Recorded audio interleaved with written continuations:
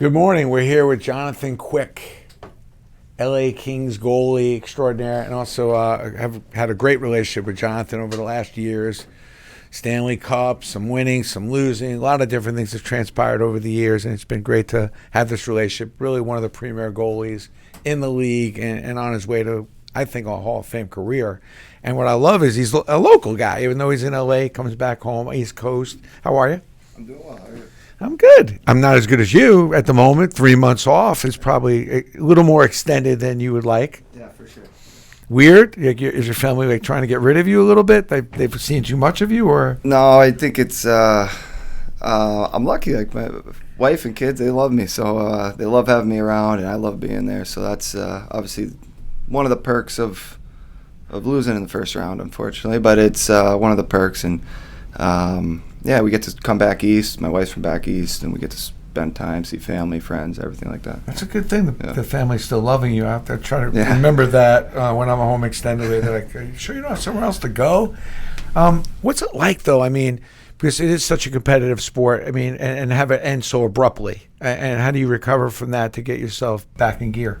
I mean, it's. I think it's a situation where at the end of the day, only one team gets what they want. And so you got 30 teams now that they're going to experience that, whether it's not making to the playoffs and your season ends after the regular season, or it's a playoff loss. And I mean, ours was a 4-game sweep. I mean, obviously that's tough in its own right, but I mean it's not as tough as losing Game 7 in overtime or something like that. Those are where you think you have it, and then all of a sudden like that, it's over. Yeah. You got a nice little triangle going on now, though. Like, we look at like Rangers, Devils, Islanders.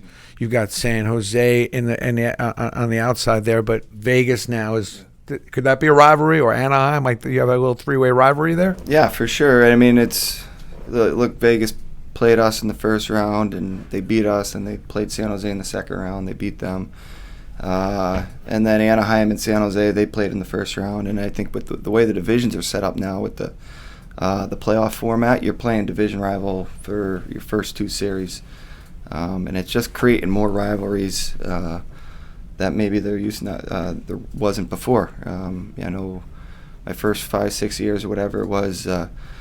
We played St. Louis in the first round, then we played someone else out of our division, and now it's kind of you're getting every time you're in the playoffs, you're playing your division rivals, and you're already playing 5-6 times during the regular season, so you're seeing a lot of the same team and the same players, and it gets to a point where you get a little tired of them. It's a grind, man. Yeah. I mean, the game is a grind. There's a lot of games, the back-to-backs, but what's the hardest thing? I just can't even imagine the speed of the game, the physicality, all the stuff going on in an NHL contest. But like, what's the hardest thing about being a goalie on your level? I think trying to be consistent. It's a very difficult league that you just have to grind out every day.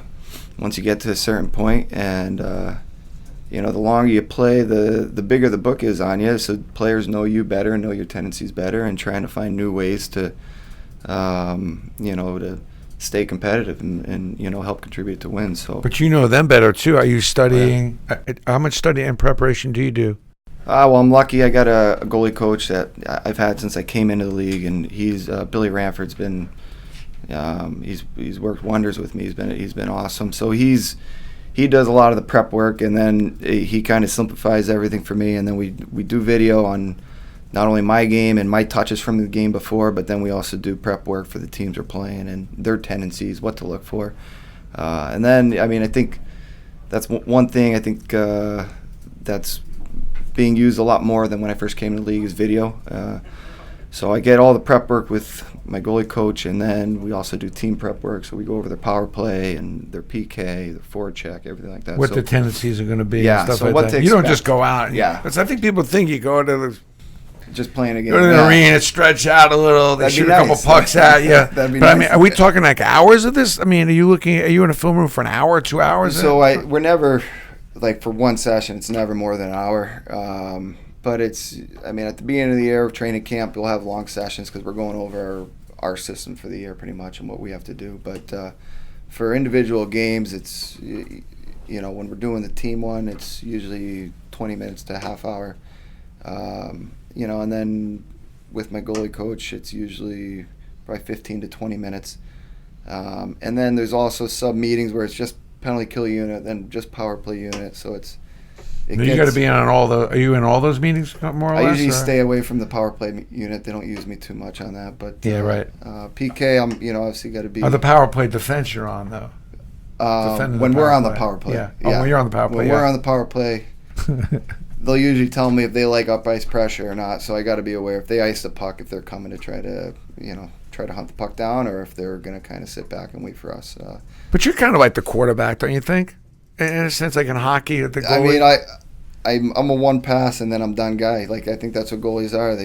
If they do get the opportunity to play the puck, you're making one pass, you're giving it to somebody that knows what he's doing better than you, and you let them go away and you just get to sit in your net. But yeah, who's the goalie you looked up to the most? Like whose game do you try to replicate, and do you watch some of the great goalies, back in and try to replicate some of their tendencies? Yeah, I mean I grew up on the East Coast, so.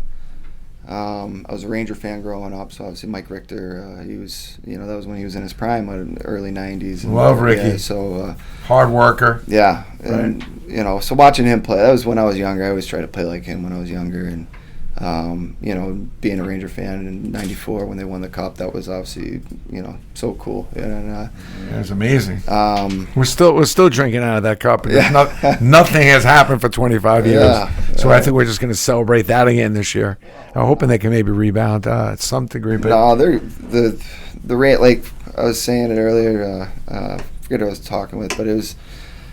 I think they've been on a 10-year run where they've been one of the teams to beat in the East, and like being in the finals in 2014, and they've been to I think probably 3 conference finals. Like they've been so good for so long, and obviously even we were out in New York last year in December, and they were close to the top of the division, and like you just kind of what you expect playing the Rangers, especially in the Garden. You expect a competitive team and competitive games, so that's what we got.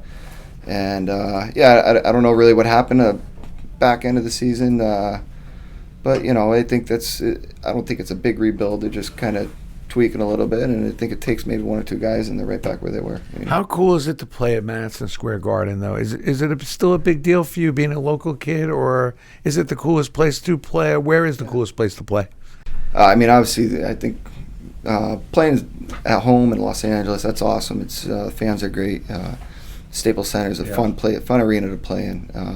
But when we go out on the road, like I love coming to the Garden. We only get to do it once a year, unfortunately. But coming there, it's awesome. I got friends and family in the crowd. Get to see them afterwards. Playing against the Rangers, my childhood team that I watched growing up. It's a knowledgeable crowd. Yeah.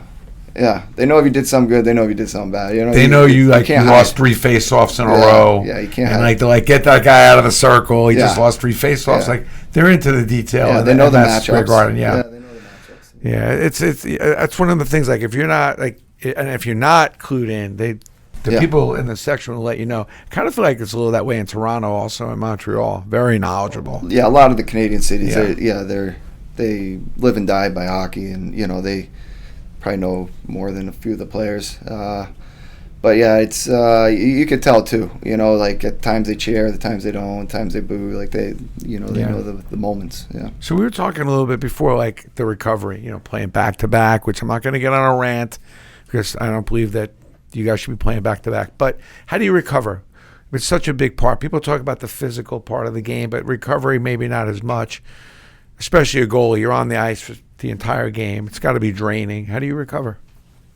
Well, I think that's something that's kind of come a long way as well as learning about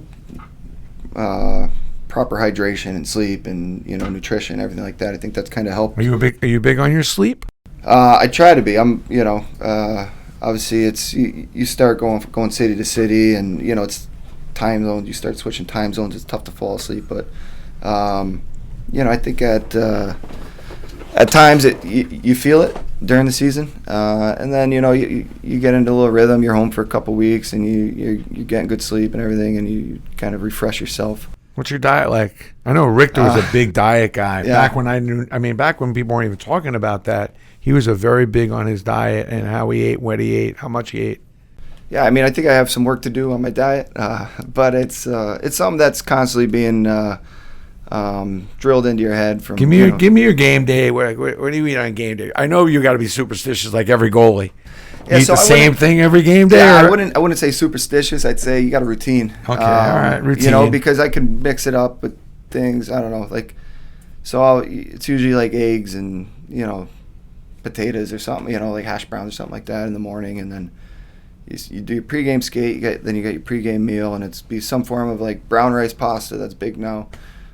No gluten, you know, so that's one of those things. No gluten. Yeah, that's one of the things they tell me. But when you get on the ice, you want to be light, or do you feel like you need to have some real, you know? Well, I'll have a bigger meal like around noon, you know, 7:30 game. So you have a bigger meal around noon. That's your pasta and chicken and, you know, salad, whatever, and you kind of fill up on that. Then you get your nap, and then when I wake up, I don't like to eat a lot when I wake up. You know, some guys that's called your pregame snack. So.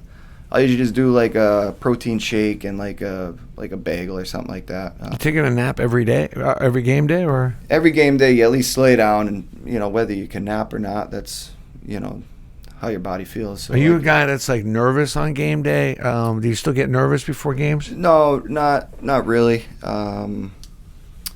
Obviously, it's, you know, when you get into the playoffs, you kind of get some of that nervous energy like leading up to the game, but like. For your naps, it's, you know, you're just kind of looking forward to laying down and relaxing for a couple hours, and, you know, whether you sleep or not, you know, I'm lucky usually if I get 45 minutes, you know, but some guys I know they're out for 3 hours and then they wake up and they're fresh and ready to go, and so everybody's different. So then you wake up, you have your snack, and you head to the rink. And you get your warm up and you get going, you know. So you don't have one of those go-to foods like, you know, Jeter would always eat a peanut butter jelly sandwich before a game, almost every game. Yeah. You don't have that go-to snack. No, I mean, not that I could think of at least. Like I guess I always do like a protein shake now and, you know, bagel. So I mean, I guess the snack is pretty much the same. But I have times if you know I've lost 4 or 5 in a row and I'm like, all right, it must be the snack, so we've got to change it up. And then you try something new. If you lose, then you go back to the old one. So it's, but I mean, I think your routine's the same as far as hours. Like, all right, like it's noon, it's time to eat lunch, and then 1 o'clock time to lay down. So when you're playing, are you in constant conversation with yourself though? Are you having in constant full? I mean, yeah, you talk to yourself a little, like just, you know, like about the reads, like. I mean, you're not talking out loud; you're just kind of thinking it. But yeah, that would be a problem if you're talking out loud. But yeah. But is it important to have a good relationship with that voice? I mean, yeah. Are you having you got to trust it, you know. Yeah, you got to trust that voice. I mean, what do you have a name for that voice? But some athletes have a name for that voice. No, I don't. So, but you have that voice. Yeah, maybe I should come up. Yeah, that voice should have a name because he is a big personality when you think about it, and you do have to trust it because it can definitely steer you the wrong way. Yeah. Maybe if a couple of pucks have gotten by you, it starts questioning, you know. Where your head's at. Well, that voice is kind of coming from all that video that you do. So, like, when you get in certain situations, you know, we're about to go on the penalty kill. So, you just start thinking about their power play. Like, all right, this guy's going to be here, this guy's going to be here. They like to look for certain setup plays. So you're just trying to, you know, remember and go over everything that you've been learning for the past day and a half to lead up to that game. And, you know, hopefully. Here's the thing. Like, you know, you've had an unbelievable career thus far. Thank you. A lot of winning. I mean, you should be very proud. I mean, we are. And we're grateful to even have this relationship, frankly.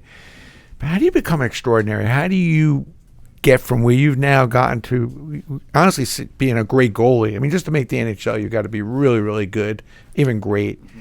You've taken the greatness to a high level. How do you get to extraordinary? How do you be the best goalie maybe that's ever played, or is that what's on your mind? And how do you go from great to extraordinary? Yeah, I don't know. I think it's I that doesn't really cross my mind ever. I'm just, you know, you love playing the game, and I enjoy the competition and going out and playing games. You know, like that's, and you're trying to win. Like, winning's fun. I think losing's the worst. You hate losing.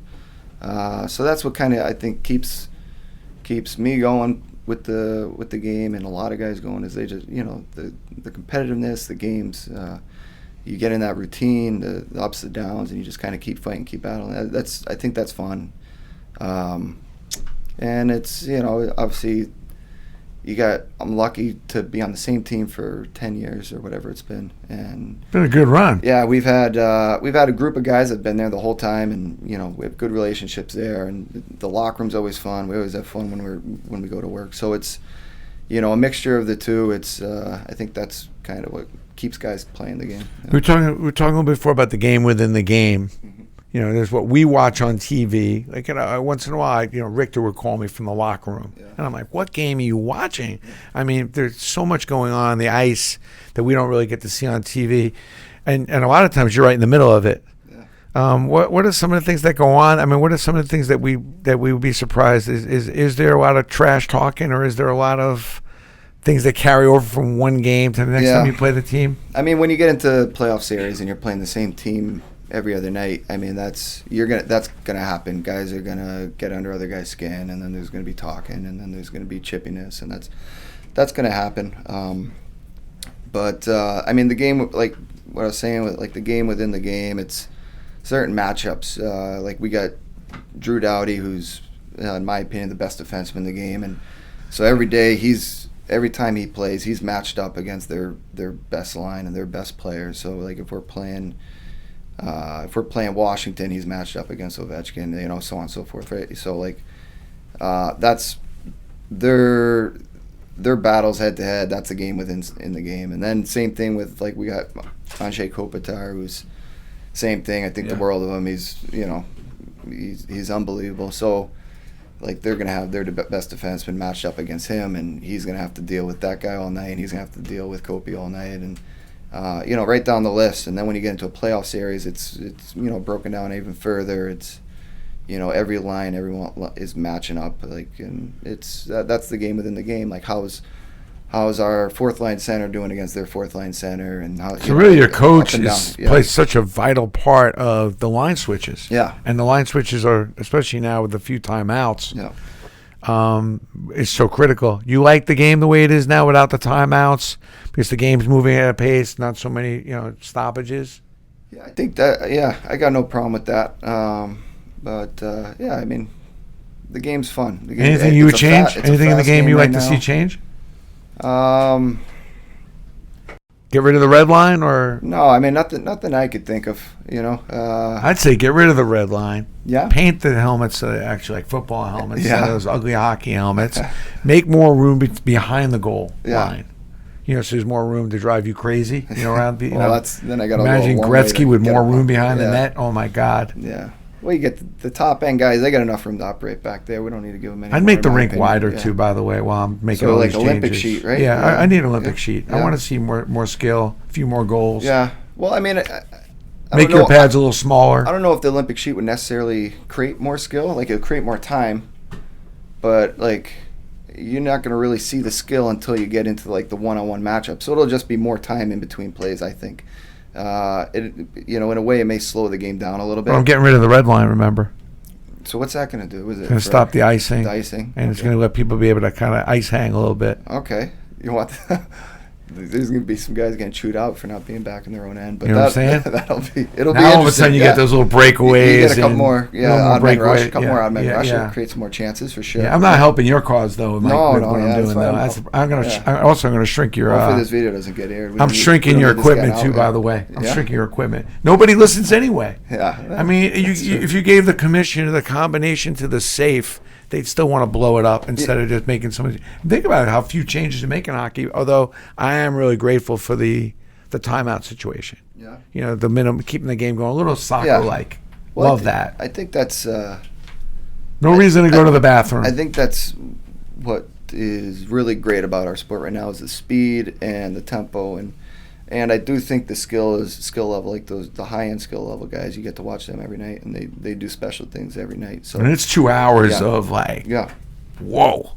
You really can't think about anything else if you're into that game, because there's just not enough time to stop. Mm-hmm. But I love it. I mean, it's just boom, boom. I just would like a little more room on the ice for just a little more. Because they're such great skaters. Are you a good skater, by the way? So you always think goalies aren't good skaters. I mean, I think a lot of goalies skate well. I think, for what we have to do, you have to be a strong skater, in my opinion. But obviously, it might not look like we're great skaters because we got a whole big Halloween costume on every night. So it's I think if you take the pads off and just put us in a tracksuit and skates, I think guys could skate pretty well. Now your mask, which is such a big deal. I mean, I think it's like the highlight, of course, being a collector and everything. But do you put a lot of time into what you're going to put on that mask? Are you going to change it for this season? Are you a little superstitious about the mask, or? No, I think I've been going with pretty much the same mask, for my whole career.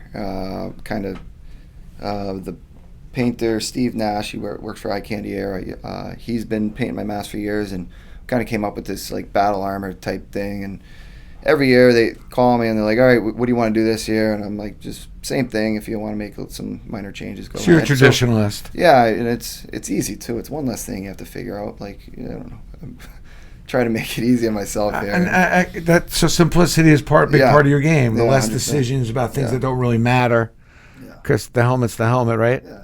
Are you quirky that way with all your equipment, or? I do like what I'm comfortable in, and it's been years. I've been using the same pads and glove blocker, I think, probably since college. So I'm comfortable in it. It's something I'm very used to. So I haven't felt the need to change. We love when you change everything up. By the way, we're fans of that, because that just gives us more stuff to sell. Something to talk about. And stuff to sell. Oh yeah. Now, for sure. Are you a collector? Like, do you like Martin Brodeur used to save, and also what's his name, Hasek, saved every puck from a win. Oh really? Every puck, and then one time there was a Marty's tie got at a the lot end. of They cut pucks, the puck in half because they both were collecting. So Hasek and Brodeur had a tie score at the end, and they had to cut the puck in half. Like, they both wanted the puck at the end. Now, are you a collector? Like, do you save your sticks, or do you save anything from your wins and stuff, or not so much? I've saved some things. I got like my helmets from when we won the cup, jerseys from when we won the cup. I got a couple pucks, like some like 200th win, or I don't know, something like that. But I tried to save my stick from my first win, but then it was in the stick bag, and we were on the road. So we played Columbus, I think, or we played somebody. It was my first win, Buffalo, and then we went on the road, and my stick was in the stick bag, and the stick I was using broke, so I just grabbed a random stick, and that was the one that was from my first win, and that one ended up breaking too. So then after it, I realized, I was like, oh, okay, so that's you if you were working at Steiner, we'd have to fire you. Yeah, for sure. Yeah, you're really just all about loving and playing the game, and you're not really taking a lot of notes on, because a lot of goalies are superstitious, and then we find a lot of goalies just some just focused on the task at hand. Like Richter was the same way. Like, I'm surprised Richter even had his shoes on a daily basis. He had no interest in collecting the stuff, and consequently has nothing. Looking back on his career, we laugh about, but I always say, Mike, you sure you don't want to save some of that? And he was like, well, I'm not worried about that right now. And it was just, Mike, you just won the cup. Like, where's your stick? Maybe I should go to the rink and see where it is. I don't know. Because it is a lot I guess it is a lot to think about. I mean, you got the memories, I think, and especially nowadays, everything's on video. So, like, I don't know. You got the memories for one, and it's I mean, at the end of the day, I don't know what I would end up doing with all that stuff. Like, it would end up sitting in the attic for sure. No, I'm here. You want it? Yeah, we're here to help you. But what I suggest is, all kidding aside, is like, unless you're superstitious about the stuff, like Brian Leach was wearing the same stuff 10 years after his career as he did as a rookie, and the stuff was ripped and torn. I mean, and he wasn't lacking endorsement power to get new stuff every day, but that was how he was. But I would say is like, save some of that stuff. It doesn't really matter, and then we'll sell it and make money for charity. Put the money for charity or a cause that you and your wife are involved in. Well, that's what usually all the stuff that I probably should be saving. Like the Kings, they have a lot of charitable organizations they work with, and one of them being CHLA. So a lot of our gear ends up being auctioned off through the Kings, with the proceeds going to CHLA and other charities that the team. So we're happy to help you with your charities. Are you working on anything, any causes these days? CHLA is probably the biggest one that I work with. That's your biggest one? Yeah. And what do they do? It's just a children's hospital in Los Angeles. We've been working with them. I mean, my whole career, we always do the Christmas visits, and we do one-on-one visits, and it's cool. It's an awesome place. Great doctors, great nurses, everything, and it's it's a good I think for us having children and being a help out there, I think that's something that Well, means that's a lot. awesome. Yeah. Well, listen, I appreciate the relationship. I'm feeling like this is a big year coming up. I'm looking forward to it. I think everyone on the team's looking forward to it. West Coast hockey is in. Oh, yeah. You know, it was always kind of a little thing like you guys were out there kind of thing, but I think it's in. Yeah. I think Vegas, not that we didn't respect LA, because especially here in New York, after when you came in, we really understood what you guys were about when you beat the Rangers back. And in general, you guys have been really very, very solid the last 5-6 years. But I think Vegas got a lot of attention to West Coast hockey. Yeah, 100%. I mean, San Jose was in the Cup Finals 2 years ago, and we had a few years there where we, made a few appearances and Western Conference Final visit when we lost to Chicago, and now Vegas is here. So, we have playing in that division is not easy. It's tough. We got some great teams and great players that we have to go head to head against every night. So. Makes it a lot of fun, and a little more when you're able to win the games. Yeah. Well, we appreciate the relationship, and I'm grateful you actually able to come back here, so we keep the fans happy with your product. They love collecting you. You're a very popular player. Okay. And that's good to know. And I'm hoping that maybe there's another cup that lands in LA again. Yeah, we're hoping so too. It's a big year. For sure. So thank you for your time. Thank you.